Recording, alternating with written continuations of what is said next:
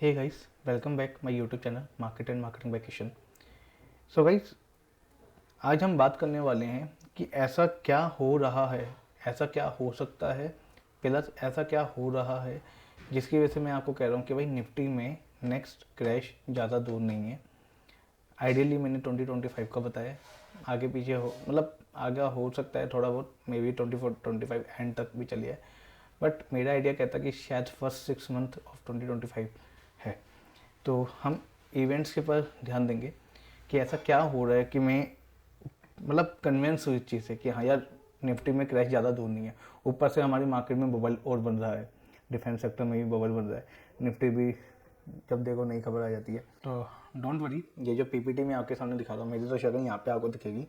ये जो पीपीटी में भी आपको दिखा रहा हूँ, ये पीपीटी की लिंक जो है आपको डिस्क्रिप्शन बॉक्स में मिल जाएगा, तो अगर आप देखना चाहें तो आप देख सकते हैं, ठीक है। सो पहला तो है डी डॉलराइजेशन का इफेक्ट क्या होगा वेस्ट के अंदर, मतलब वेस्ट की कंट्री के अंदर। जैसे कि देखो, यूएस फर्स्ट नंबर पे, उसके बाद यूरोप, यूके, ये सेकंड नंबर पे। सो पहला तो मुझे जो दिख रहा है कि वेस्ट की कंट्री जो है बिग सिविल वॉर को फेस कर सकती है। मतलब वहाँ पे महंगाई इस लेवल तक हो जाएगी कि लोग जो है दूसरों के दुकानों से चीज़ें चोरी करना शुरू कर देंगे, और शायद वो होते हुए दिख भी रही है हमको, ठीक है। इनलीगल इमिग्रेट्स का भी ज़्यादा उनके वहाँ पे है, इशू चल रहा है। फ्रांस में तो हमने देखा था लास्ट ईयर में ही देखा था शायद हमने कि फ्रांस को जला दिया गया था कुछ। Dollar as a trading currency demand is going to down after this, no one is interesting to save their money in dollar. तो यहाँ पे है क्या, यहाँ पे ये देगा कि डॉलर की एज ए करेंसी जो है, ट्रेडिंग करेंसी, मार्केट में डिमांड बहुत कम होने वाली है। और जो लोग डॉलर में सेव करना पसंद करते थे पहले, अब वो नहीं करेंगे। और मैंने आपको अपने फर्स्ट वीडियो में भी बताया था, के नोट वाले सेशन में भी, कि भाई जब लोग ही मना कर दे कि हम ट्रेड ही नहीं करना पसंद कर रहे हैं, तो लोग क्यों ही उसको रखेंगे, सेव ही क्यों करेंगे। Western client not able to afford Asian service if we want to say. तो इसका मतलब क्या हुआ, देखो भाई, जब से डॉलर का as a tradable currency dollar popular होना शुरू हुई, सो इंडियन जो हमारी करेंसी थी, हमने उसको डिवैल्यू करना शुरू किया। और आज के टाइम पे इतना डिवैल्यू हो गई कि $1 की जो कीमत है ना, 80 इंडियन रुपीज़ के बराबर है। तो मतलब अगर यूएस का $1, एक बंदा अगर यूएस का इंडिया में आकर के $1 खर्च करता है, तो वो हमारे इंडियन यहाँ की जो वैल्यू है, 80 रुपये की वैल्यू तक की माल को अफोर्ड कर सकते हैं। जब ये डी डॉलराइजेशन का इफेक्ट होगा, ठीक है, जिसके ऊपर मैंने लगा दिया कि पॉसिबल प्रेडिक्शन है कि 2030 में यूएस डॉलर 10 INR के बराबर हो जाए, तो उसका रेप्लिका क्या होगा। रेप्लिका ये होगा कि बंदा आएगा इंडिया में, ठीक है, उसको 80 रुपये का ही माल खरीदना होगा अगर $1 10 INR का बराबर हो जाए। पर इस बार उसको $1 नहीं देने होंगे, इस बार उसको कम से कम नहीं तो $8 उसको खर्च करने पड़ेंगे। तो कहाँ वो $1 के अंदर 80 रुपये का माल खरीदता था, कहाँ वो एक के बजाय अब 8 टाइम्स जो है उसके लिए इंडिया की जो सर्विस है वो महंगी हो जाएगी, इंडिया के प्रोडक्ट महंगे हो जाएंगे। तो उसका क्या होगा कि अगर आप कहते हो कि भाई मैं यहाँ का माल, हम जब यूएस डॉलर में बेचते हैं तो हम क्या सोच के बेचते हैं कि मैं अगर यहाँ मतलब आज के टाइम पे क्योंकि मैं फ्रीलांसिंग भी कर चुका हूँ, तो मैं कहता था कि अगर मैं सपोज करते हैं कि $20 पर आवर के अंदर मैं काम करता हूँ, तो मेरे को इंडियन रुपीज़ के अंदर मुझे 1600 रुपये मिलेंगे। यही हमारी थिंकिंग होती है। लेकिन जब मुझे पता चलेगा, ये इंडियन पर्सपेक्टिव से बता रहा हूँ मैं, जब मुझे पता चलेगा कि मैं $20 के अंदर पर आवर का अगर मैं काम करता हूँ, तो इस बार मुझे 1600 रुपये नहीं मिलेंगे, इस बार मुझे $20 इंटू 10 केवल 200 रुपये मिलेंगे। कहाँ $20 इंटू 80 होता था, कहाँ 20 इंटू 10 होगा तो 200 रुपये मिलेंगे। तो कहाँ मेरे को 1600 मिलते थे, कहाँ पे मुझे 200 मिलेंगे। तो क्या मैं अपनी सर्विस, अपना टाइम मैं उनको बेचना चाहूँगा। कुछ लोग अगर बेचना भी चाहेंगे तो भी वो मतलब नहीं बेच पाएंगे, ऐसा हाल हो जाएगा। Inflation in US is high and dollar will lose its value and dominates. तो मैंने आपको बताया था कि इन्फ्लेशन तो यूएस का हाई होने वाला है। अब चूंकि यूएस के अंदर इन्फ्लेशन हाई होगा, तो मतलब यूएस के लोगों के लिए चीज़ को परचेज करना बहुत महंगा हो जाएगा, ठीक है। चीज़ को परचेज करना बहुत महंगा हो जाएगा, तो इसका मतलब ये रहेगा कि आने वाले टाइम में ना, जो हम आज के टाइम पे कहते हैं कि यार FII की ताकत ज़्यादा है, ठीक है ना, वो ताकत भी नहीं रहेगी। आज के टाइम पे मैं पहले इसको पहले क्लियर करता हूँ, यूएस की इन्फ्लेशन बढ़ने वाला है, ठीक है, और डॉलर जो अपनी वैल्यू लूज़ कर जाएगा, और डोमिनेंस तो लूज़ कर ही जाएगा, अपनी वैल्यू भी लूज़ कर जाएगा। तो मैंने वही जो मैंने एग्जांपल दिया कि यूएस का अगर कोई बंदा $1 खर्च करता है तो आज के टाइम पे वो आईएनआर की 80 रुपये की चीज़ खरीद सकता है। और जब वो बाद में 80 रुपये का ही माल खरीदना चाहेगा तो इस बार इसको $1 नहीं $8 लगेंगे। तो उनकी डोमिनेंस कम हो जाएगी, जो वो दूसरी करेंसी के अंदर इन्फ्लेशन बढ़ा देते थे। आपको याद होगा मैंने पहली वीडियो में आपको समझाया था कि भाई के नोट में छाप रहा हूँ और मेरा जो भी गांव वाले हैं वो दूसरे गांव में जाकर के महंगे से महंगा प्रोडक्ट अफोर्ड कर पा रहे। क्यों? क्योंकि उनको पता है कि उनको यहाँ पे सस्ते में लोन मिल रहा है 1% के ऊपर। सेम वैसे ही जब ये प्रोसेस पूरा डीडॉलराइज हो जाएगा तो वो जो 1% का जो ब्याज है वो क्या पता बढ़ के 9% 10% हो जाए। तो जब उनको महंगा पैसा मिलेगा, जब पैसा ही आगे से महंगा मिलेगा तो वो डोमिनेट नहीं कर पाएंगे दूसरी जगह पे इन्फ्लेशन। और इवन जो यूएस में जो लोगों के लिए पैसा सस्ता आता है वो पैसा ही महंगा हो जाएगा, तो उनके लिए चीज़ों का अफोर्ड करना बहुत मुश्किल हो जाएगा। अच्छा, एक प्रिडिक्शन है 2030 के बाद की, जिसके अंदर क्या है कि यूएस डॉलर जो है 10 रुपीज़ के आईएनआर के बराबर हो जाएगा, ऐसा ही क्या। चलो नेक्स्ट, अब आती है ब्रिक्स की न्यूज़। तो ये ब्रिक्स है क्या? ब्रिक्स के अंदर ब्राज़ील, रशिया, इंडिया, चाइना और साउथ अफ्रीका जो कोर मेंबर्स है। तो इन्होंने, जैसे आपको याद होगा मैंने पिछली वीडियो में बताया था जब मैं डीडोरेशन और डॉलरेशन के बारे में बता रहा था कि जो बाकी के गांव वाले वो तंग हो गए कि भाई ये यूएस डॉलर की डोमिनेंस कुछ ज़्यादा ही है, हम लोग अपनी करेंसी के अंदर ट्रेड करेंगे। तो अपनी करेंसी का क्या मतलब हुआ कि यहाँ पे पॉसिबिलिटी क्या है, ब्रिक्स जो है न्यू पेमेंट सिस्टम निकालेंगे जो कि अल्टरनेटिव होगा स्विफ्ट का, और अपनी कॉमन करेंसी निकालेंगे यूएस डॉलर के रिप्लेसमेंट में। तो यहाँ पे मतलब क्या है? तो यहाँ पे मतलब ये है कि मैंने बताया था ना कि यूएस की डोमिनेंस चलती रहती है, जब देखो किसी का भी अकाउंट फ्रीज कर देंगे, ठीक है ना, तो वो डोमिनेंस ज़्यादा टाइम तक टिकने नहीं वाली। जब यहाँ पे ये लोग अपना खुद का पेमेंट सिस्टम निकाल सकते हैं, जैसे हम इंडिया में हमने यूपीआई निकाला, तो यूपीआई मतलब ईजिली है, मतलब 5 सेकंड में पैसा एक अकाउंट से दूसरे अकाउंट, कोई दिक्कत नहीं, ठीक है। तो अगर हमने यूपीआई को यूज़ करते हुए इंडिया, जो कि इंडिया ने और बाकी कंट्रीज़ ने यूपीआई को एक्सेप्ट करना शुरू किया, तो शिफ्ट का एक अच्छा अल्टरनेटिव बन सकता है। तो यहाँ पे एक पॉइंट है कि अपना खुद का एक पेमेंट सिस्टम को इंट्रोड्यूस करना, तो वो यूपीआई भी हो सकता है, वो कुछ और भी हो सकता है, ठीक है। पर इसका एप्लीका क्या होगा? इसका एप्लीका ये होगा कि यूएस डॉलर की डोमिनेंस खत्म हो जाएगी, क्योंकि यूएस का मन मर्जी चल जाती है कि तूने मेरी बात नहीं मानी, तेरा अकाउंट में फ्रीज करता हूँ, जैसे रशिया और ईरान का हुआ है, ठीक है। दूसरा है BRICS nation will create parliament. BRICS nation जो है पार्लियामेंट क्रिएट कर सकते हैं। पार्लियामेंट का क्या सिग्निफिकेंस है? पार्लियामेंट का सिग्निफिकेंस ये है, आपको याद होगा कि हम लोग जो है नाटो को ज्वाइन कर रहे हैं, वीटो पावर आएगी, वीटो पावर आ जाएगी। तो पार्लियामेंट का यही मतलब है कि ब्रिक्स जो है अपने आप को बड़ा करना जा रही है अक्टूबर के अंदर ब्रिक्स प्लस नेशन के अंदर, जिसमें ब्रिक्स के जो कोर मेंबर है ब्राज़ील, रशिया, इंडिया, चाइना और साउथ अफ्रीका, वो और भी अपने मेंबर को ला सकते हैं। जैसे इंडिया ला सकती है नेपाल को, जैसे इंडिया ला सकती है श्रीलंका को, पाकिस्तान का पता नहीं, चाइना ला सकता है पाकिस्तान को, ठीक है। तो ऐसे ला सकते हैं। अब यहाँ पे पार्लियामेंट का क्या सिग्निफिकेंस है कि भाई पावर आएगी, 5 कंट्रीज़ के पास पावर है, वीटो पावर। जैसे आज के टाइम पे हम शायद नाटो मतलब वीटो पावर की बात करते हैं ना कि इंडिया वीटो पावर, इंडिया के पास वीटो पावर आ जानी चाहिए, इंडिया को परमानेंट मेंबर बनाओ, ठीक है ना। तो ऐसे ही इस पार्लियामेंट का सिग्निफिकेंस रहेगा, ठीक है।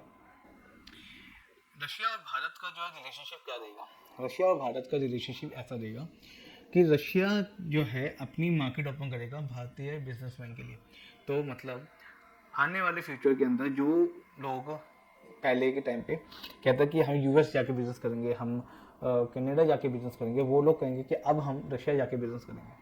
तो रशिया की मार्केट भारत के बिजनेसमैन के लिए ओपन हो सकती है, ठीक है, और हो ही जाएगी, क्योंकि रशिया और इंडिया का रिलेशन ही ऐसा है, ठीक है। Russia will now possible to invest भारतीय share market like FII of USA and Europe. तो क्या होता था कि हम कहते थे ना कि मैंने बोला कि एफआईआई की ना डोमिनेंस खत्म होने वाली है कुछ टाइम के बाद यूएस वालों की। अब क्या होगा कि पहला, आज से 10 साल पहले क्या होता था कि जब एफआईआई ने माल बेचा तो समझ लो लोअर सर्किट लगा अपने इंडियन मार्केट के अंदर, ठीक है। पर धीरे धीरे अगले अपने पिछले 10 साल में चीज़ें चेंज हुई। अब लोग वेट करते हैं कि कब एफआईआई माल बेचे, हम खरीदेंगे, ठीक है। तो पहले एफ आई आई माल बेचता था, हाई के अंदर रिटेल फंसता था, रिटेल का लॉस होता था। आपकी बार में क्या हो रहा है, एफ आई आई माल बेचता है नीचे के अंदर, लोअर के अंदर, रिटेल खरीद लेता है और रिटेल का फायदा हो जाता है, ठीक है। तो ऐसे ही सेम जो है, अब इंडिया ने यूएसए वालों के लिए जब अपनी इंडियन मार्केट ओपन करी कि आप as a F I I foreign portfolio investor के रूप में आप आओ, इंडियन मार्केट के अंदर पैसा लगाओ, ऐसे ही इंडिया जो है रशियन इन्वेस्टर को कहेगा तुम इंडियन मार्केट में आओ, पैसा लगाओ, कोई दिक्कत नहीं। भारतीय student are more safer in Russia, Arabic and Japan than the USA, Europe and Canada. तो क्या है कि जो हमारे इंडियन जो स्टूडेंट है जो स्टडी करने के लिए अब्रॉड जाते हैं, उन लोगों के लिए यूएस, यूरोप की कंट्रीज, कनाडा, ऑस्ट्रेलिया इतनी ज़्यादा सेफर नहीं रहेगी जो पहले के टाइम पे रहती थी, कभी अब नहीं रहेगी। हाँ, पर रशिया रहेगी, सऊदी अरेबिया रहेगा, ठीक है, दुबई रहेगा, तो वहाँ पे भी एजुकेशन आप मतलब वहाँ पे भी एजुकेशन इंस्टीट्यूट खुलेंगे तो आप वहाँ पे जाके लेंगे, ले सकते हैं, ठीक है। और जापान रहेगा। और आने वाले टाइम में स्कोप जो है वो यही है कि जापान की लैंग्वेज जापानीज और रशियन लैंग्वेज का स्कोप बढ़ने वाला है। तो अल्टरनेटिव इंग्लिश आप रशियन को सीख सकते हैं, आप जापानीज को सीख सकते हैं। अब सवाल आता है भारतीय शेयर मार्केट और इंडियन मतलब भारतीय इकोनॉमी का क्या होने वाला है।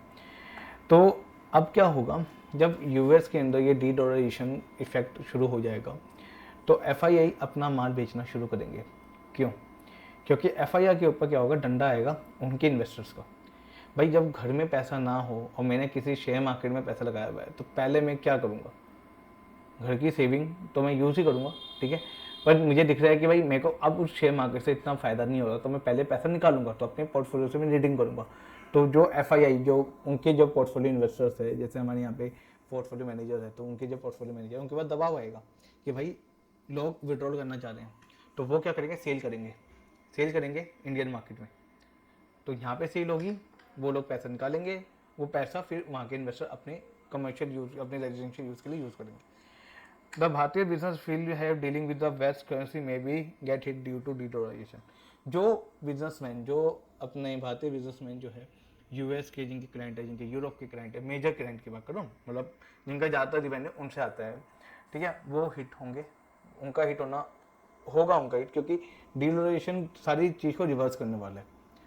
मैंने बोला ना, $1 के अंदर 80 रुपये का माल कभी खरीदते थे वो लोग, उसी 80 रुपये के माल को खरीदने के लिए एक नहीं $8 लगेंगे, तो फर्क पड़ेगा, ठीक है।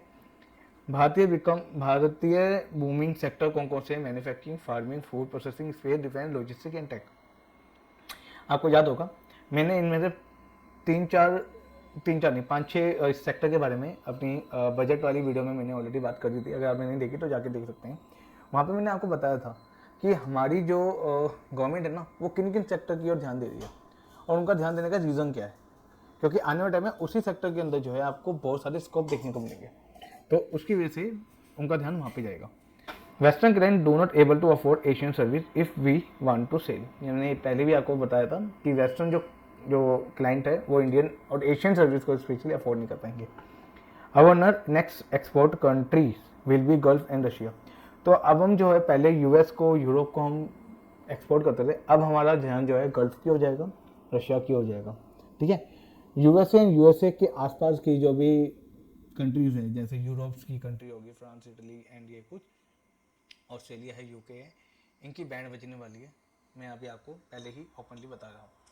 नेक्स्ट क्या क्या हो सकता है, पहला है वेस्टर्न इकोनॉमी में ज़्यादा क्राइसिस आएगी ड्यू टू इलीगल इमिग्रेंट्स की वजह से, ठीक है, और ड्यू टू डीडोलराइजेशन की वजह से भी, तो ये तो होना ही है। अगले 5 साल में वेस्टर्न कंट्रीज के लिए बड़े बुरे जाने वाले हैं उनकी इकोनॉमी के लिहाज से।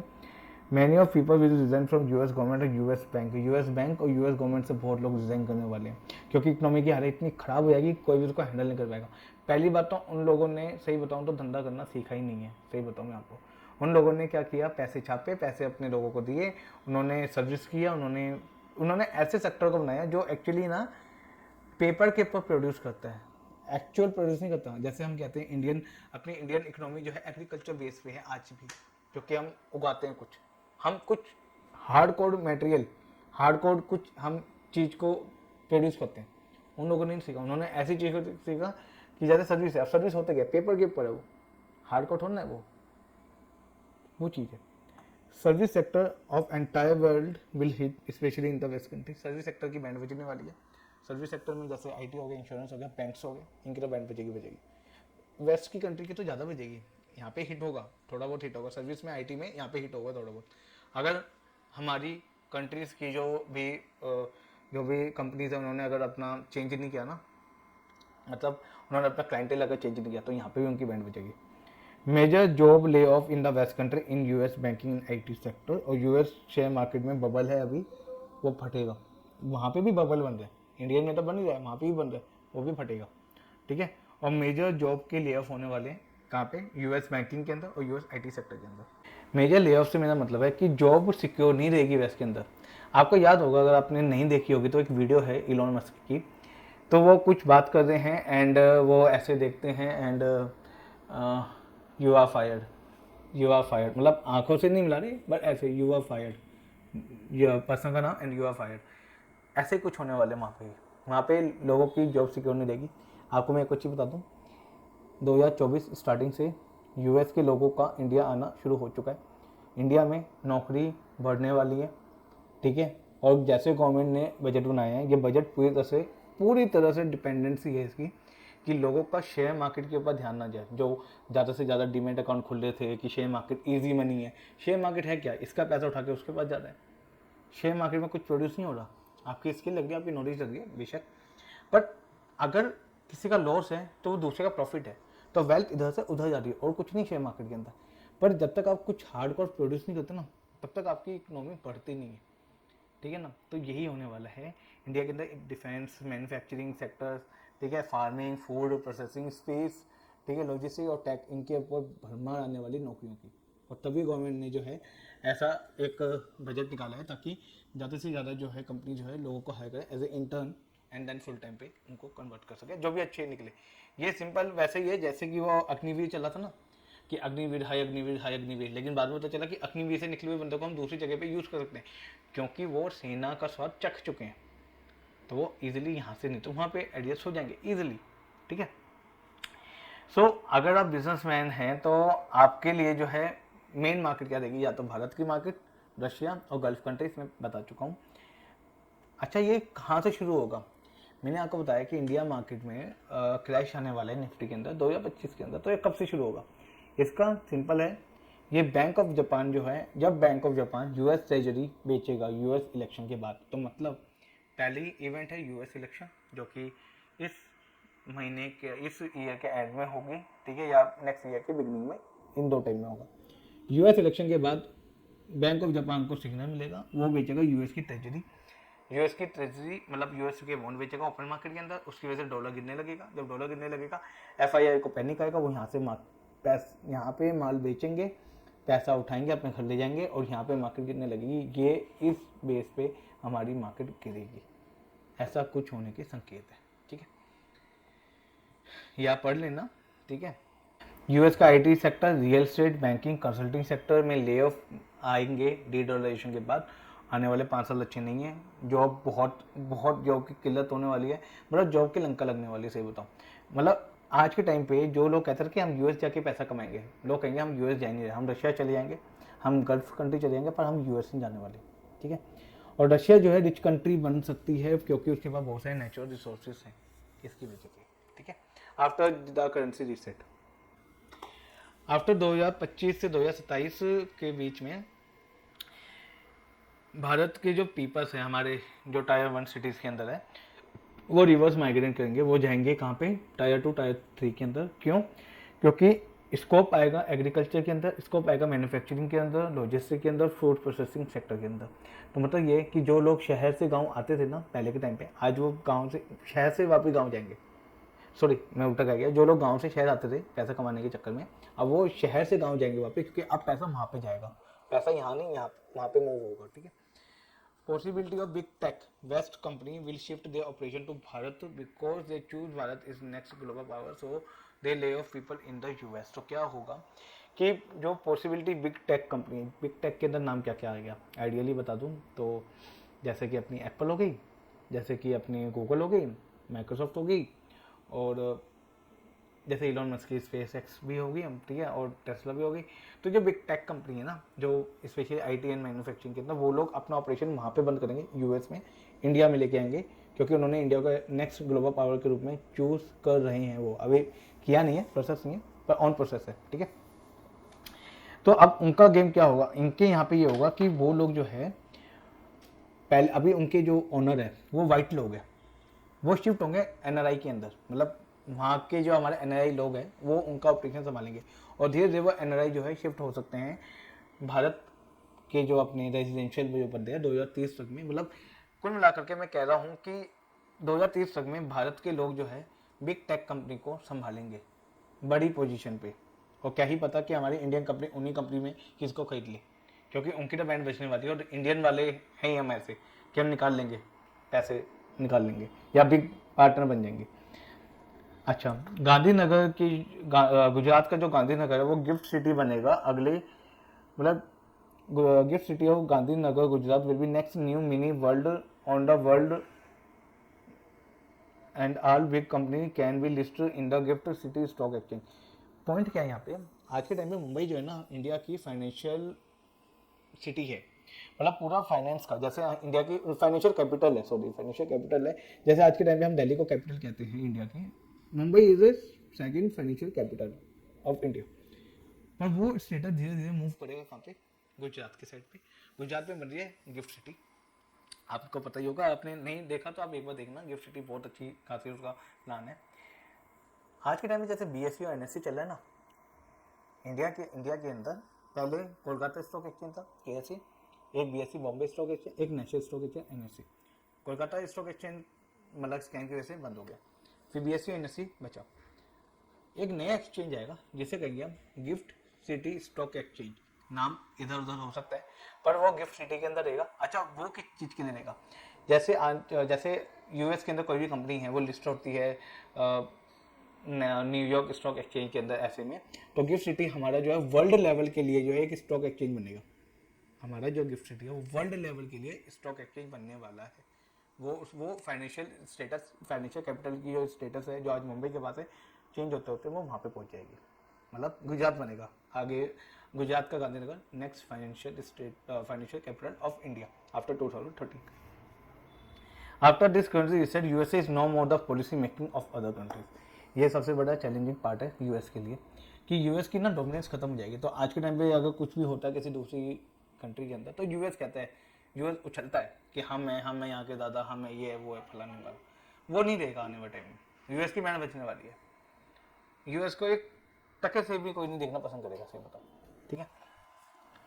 अभी हो क्या रहा है, ये तो मैंने बताया कि क्या क्या हो सकता है अगले 5 साल के अंदर, क्या क्या हो सकता है, ठीक है ना। पर इसके ना सिग्नल मिलने शुरू हो चुके हैं। अभी तक यहाँ तक तो हमने देखा कि क्या क्या हो सकता है, ये पॉसिबिलिटी है, मतलब श्योरिटी नहीं है, पॉसिबिलिटी है। आप एक एक इवेंट को देखेंगे तो आप इजीली आपको आइडिया लगना शुरू हो जाएगा टाइमलाइन के साथ कि चल क्या रहा है। अब मैं ये बता रहा हूँ कि भाई सिग्नल मिलना शुरू हो चुके हैं, तो ये है कि अभी क्या हो रहा है आसपास, ठीक है। और भी सिग्नल मिलेंगे तो मैं इस पीपीटी के अंदर ऐड करता रहूँगा, तो इस पीपीटी का लिंक आपको डिस्क्रिप्शन बॉक्स में मिल जाएगा। पहला है कि यूएस बैंकिंग की रिपोर्ट है अनरियलाइज्ड लॉस ऑफ 500 बिलियन। मतलब ये कि अगर यूएस के अंदर आज के टाइम पे 15% लोग भी अगर कहें ना कि भाई अपना पैसा निकालना है हमको यूएस के बैंक से, तो बैंक के पास पैसा नहीं है। और बैंक ने जहाँ पे पैसे इन्वेस्ट किया है यूएस के जो बॉन्ड्स है ना, वहाँ पे अभी उनका 517 का अनरियलाइज लॉस है। तो मतलब ये कि अगर लोग पैसा मांगने जाते हैं, ठीक है, और उनको वो माल बेचना जाता है, वो बॉन्ड का माल बेचना पड़ जाता है ओपन मार्केट में, तो 517 का तो नेट लॉस होगा बैंकिंग का और लगने वाली उनकी, ठीक है। तो बैंकिंग, तभी मैं कहा ना कि यूएस की बैंकिंग का क्रैश दिखने वाला है बहुत जल्दी। चाइना ने सोल्ड किए यूएस के स्टॉक और बॉन्ड्स को मई के अंदर, तो चाइना ने यूएस के बॉन्ड और स्टॉक बेचना शुरू कर दिया, क्योंकि मैंने बताया डॉलर नीचे गिरेगा तो अभी जो पैसा आ रहा है वो ले लो, ठीक है, ये चाहिए। लेकिन हमको सिग्नल कहाँ का मिलना चाहिए, जापान का, जापान बैंक ऑफ जापान का, ठीक है। तीसरा यहाँ पे है कि आने वाले सेक्टर मैंने बताया एग्रीकल्चर होने वाला है, agriculture manufacturing to food processing space different tech. तो अभी जो है ना यहाँ पे रिपोर्ट आई है कि यूके के स्टूडेंट जो है ना वो लर्न कर रहे हैं एग्रीकल्चर स्किल। एक स्टडीज में आया कि यूके के जो लोग हैं जो यूके के स्टूडेंट है वो एग्रीकल्चर कैसे किया जा सकता है उसकी स्किल को ग्रैब करना वो स्टार्ट कर चुके हैं। वॉरेन बफेट ने सोल्ड कर दिए बैंक ऑफ अमेरिका के 2.3 बिलियन शेयर्स। क्यों? क्योंकि उनको पता है कि भाई बैंक की बैंड बजने वाली है, बैंकिंग गिरेगी, अभी बेच देता हूँ, जो पैसा आ रहा है रख लूँ, और जैसे ही रीसेट होगा और जैसे ही सस्ते में मिलेंगे वो घुस जाएंगे उस हिसाब से। 76% of all income tax collect went to interest payment on US national debt और 3.4.8 ट्रिलियन डॉलर। ये इलॉन मस्क की है कि भाई अमेरिका का जितना भी टैक्स रिवेन्यू कलेक्शन हो रहा है उसका 76% एक्चुअली जितना भी इनकम टैक्स का कलेक्शन हो रहा है उसका 76% यूएस के डेट का जो है इंटरेस्ट पेमेंट में जा रहा है। तो आप समझ लो कैसा बैंड बज रही है, मतलब 76% आपका पैसा वहाँ पे जा रहा है। सऊदी ने एंड कर दिया पेट्रो डॉलर एग्रीमेंट। आपको याद होगा मैंने आपको बताया था कि 1971 में कि कब की बात है कि इन्होंने जो है एक सऊदी के साथ डील करी थी कि जो भी पेट्रोल खरीदा जाएगा वो जो भी तेल खरीदा जाएगा वो डॉलर में लेंगे। वो डील एंड कर दी गई है। अच्छा, एक लास्ट है कि अभी क्या है कि कुछ यूएस की इंश्योरेंस कंपनीज है उन्होंने एक क्लोजर ऐड किया है कि अगर कुछ भी लॉस होता है ड्यू टू वॉर और सिविल वॉर तो वो क्लेम पास नहीं करने वाले। तो सिग्नल मिलने शुरू हो चुके हैं, ध्यान देते जाइए, ठीक है। अगर वीडियो के रिगार्डिंग कोई भी सवाल हो या डीडोरेशन के रिगार्डिंग कोई भी सवाल हो आप नीचे कमेंट बॉक्स में पूछ सकते हैं। आने वाले टाइम में अगर कुछ भी इवेंट होते हैं मैं इस पीपीटी में ऐड करता रहूँगा।